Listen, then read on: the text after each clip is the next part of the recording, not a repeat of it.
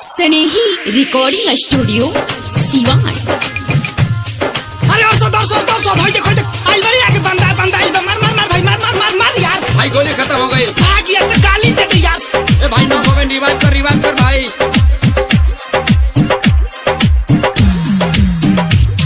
एगो लड़की से हम करत रही प्यार कर देहलस हमारा साथे उ खिलवाड़।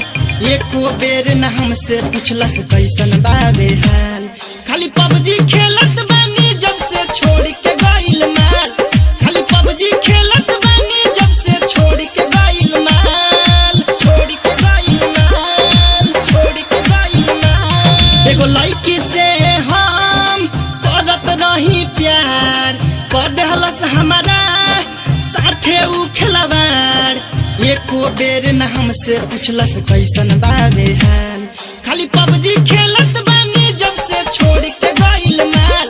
खाली पबजी खेलत बानी जब से छोड़ के गइल माल।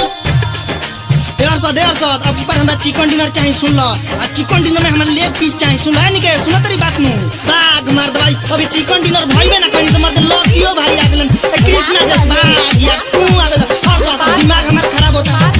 बॉडी बेवफा बॉडी निकलल हर जाई तोड़ दिहलस दिल हमर कैलस बेवफाई।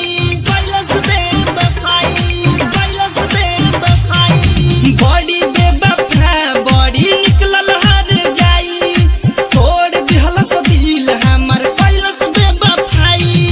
हमहू देले बानी ओके दिल से अपना निकाल। हमहू देले बानी ओके दिल से अपना निकाल। खाली पबजी खेलत बानी जब से छोड़ के गइल माल। खाली पबजी खेलत बानी जब से छोड़ के गइल माल। यानी के सब भाग यार ए राधे श्याम हट के ड्रॉप लूटे दस हमरा के और सब भाग यार। भाई हमरा तो एडब्ल्यूएम चाहिए भाई। भाग यार हमरा के लूटे दस यार। रुक यानी के हट यार भाग पूरी देख बंदा होता आगे बंदा होता। नून रोटी खाएब नहीं मिल चाहे सब्जी प्यार नहीं कर भले खेल ले हम पबजी।